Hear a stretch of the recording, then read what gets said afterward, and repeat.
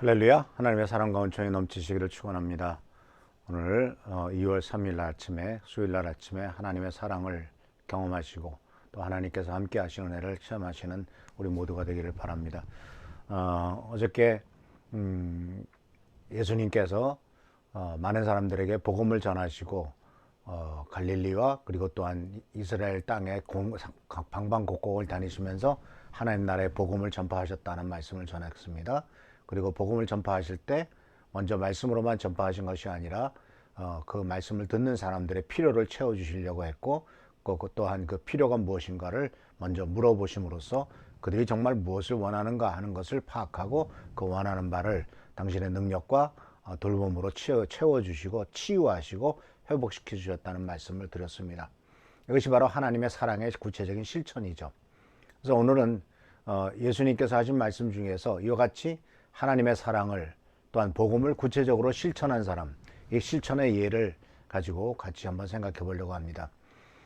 그 이야기는 바로 누가복음 10장에 나오는 선한 사마리아인의 유명한 비유입니다. 선한 사마리아인의 비유가 나오게 된 배경은 우리가 잘 알고 있죠. 율법학자가 예수님에게 와가지고 영생을 얻는 길이 무엇입니까? 라고 질문을 던지죠. 그때 주님께서 질문을 던지십니다. 오히려 율법에는 뭐라고 말하고 있느냐 라고 말했으니까 이 율법 교사가 대답을 하기를 모세 율법에 따르면은 바로 하나님의 사랑과 이웃 사랑, 이것이 바로 가장 중요한 것이다 라고 하는 것을 말씀하셨을 때 대답을 했을 때 예수님께서 옳다라고 말씀하셨습니다. 그때 이 율법학자가 질문을 던지기를 그렇다면 내 이웃이 누구입니까? 라고 하는 질문을 던집니다. 내 이웃이 누굽니까?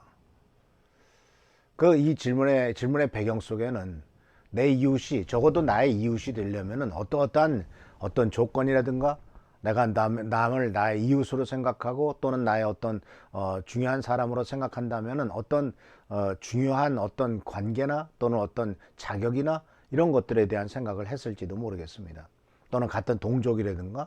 근데 예수님께서는 그에 대해서 이 율법 교사가 내 이웃이 누굽니까? 라고 하는 질문을 던지는 것에 대해서 그 질문에 대해서 말씀하신 대답이 바로 선한 사마리아인의 비유였습니다. 누가 내 이웃이냐? 라고 하는 질문입니다. 그리고 질문에 대해서 예수님께서는 선한 사마리아인의 비유를 드신 것을 볼 수가 있습니다. 그래서 우리는 이 비유 전체를 다 기억합니다. 그리고 이 비유가 어떻게 진행되고 있다는 것을 압니다.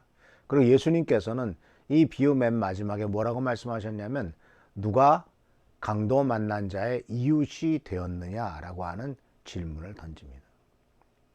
예수님의 말씀을 생각하면은요, 예수님께서는 항상 어떤 비유적인 말씀도 하셨지만은 뒤집어서 질문을 던짐으로써 상대방이 깨닫게 하시거나 또는 상대방을 곤란하게 만드시는 경우도 많이 있는 것을 보게 됩니다. 제가 전에 어렸을 때 신학교를 다닐 때 수사학이라는 것을 배웠거든요. 수사학이라고 하는 것은 바로 이제 그 아리스토텔레스라는 사람으로부터 시작했던 아주 유명한 말의 표현이라든가 상대방과의 대화의 법을 수사학이라고 그러는데 이 수사학 중에서 중요한 방법 중에 하나가 뭐냐면은 되짚어 질문하기라는 것이죠. 이 율법학자가 예수님에게 질문을 던졌던 것, 누가 내 이웃입니까? 라고 하는 질문. 또는 다른 사람들이 예수님에게 와서 던졌던 질문들은 대개 예수님을 곤란하게 하기 위해서 만든 것들이었습니다. 예를 들자면 가이사에게 세금을 바쳐야 됩니까? 말아야 됩니까? 이런 질문이라든가 또는 여러 가지 많은 질문을 예수님에게 또는 가늠하다 잡힌 여자를 데리고 와서 이 여자를 돌로 쳐야 됩니까? 말아야 됩니까? 라든가 이런 아주 곤란한 질문들을 예수님에게 던지죠. 그런데 이러한 질문들에 대해서 예수께서는 오히려 뒤집어서 도전을 하시죠. 뒤집어서 또 질문을 던집니다. 바로 세금 문제에 대해서는 동전을 갖고 오라고 했을 때 이 가이사의 그 동전을 보여줬을 때 동전에 그 당시에 로마의 황제의 얼굴이 새겨져 있었거든요. 이것이 누구의 얼굴이냐라고 질문을 던졌을 때 가이사입니다 라고 이러한 대답을 이끌어냄으로써 예수님께서는 하나님의 것은 하나님에게 황제의 것은 황제에게 돌려라 라고 하는 유명한 말씀을 하시죠. 또 가늠하다 잡힌 여인에 대해서는 이 여인을 돌로 쳐야 됩니까? 말아야 됩니까? 모세 율법에 의하면 이런 여인은 돌로 쳐 죽여야 됩니다 라고 질문을 던졌을 때 예수님을 올무로 매이려고 했을 때 예수님께서는 뭐라고 말씀하셨습니까? 너희들 중에 죄 있는 자가 있느냐? 죄 없는 자가 먼저 돌로 쳐라 라고 하는 이러한 질문을 던짐으로써 모든 사람이 양심의 찔림을 받고 다 떠나가게 만든 것을 보게 됩니다.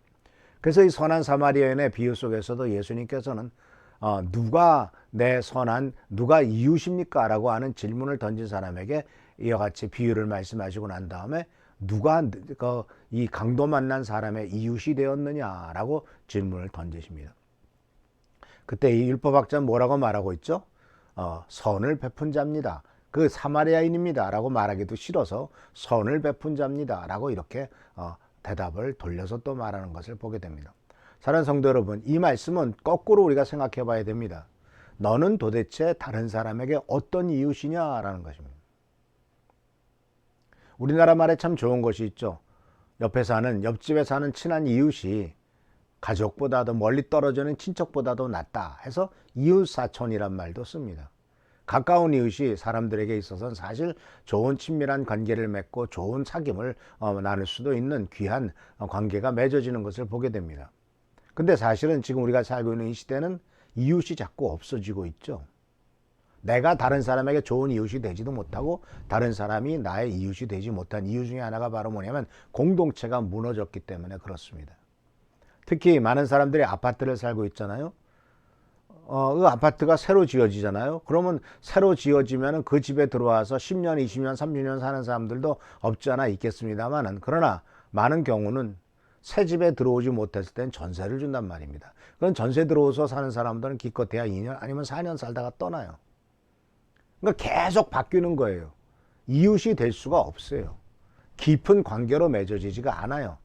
사람들 그걸 압니다. 그렇기 때문에 저 사람은 언제 갈지도 모르는데 저 사람은 언제 나랑 이웃이 되겠어? 하면서 그냥 아무렇지도 않은 관계 속에서 그냥 얼굴 엘리베이터에서 계속 마주치는 사람은 그냥 간단하게 목례나 하고 지나가지 그 깊은 어떤 이웃 사촌의 관계를 맺어지지 못한다는 것이죠.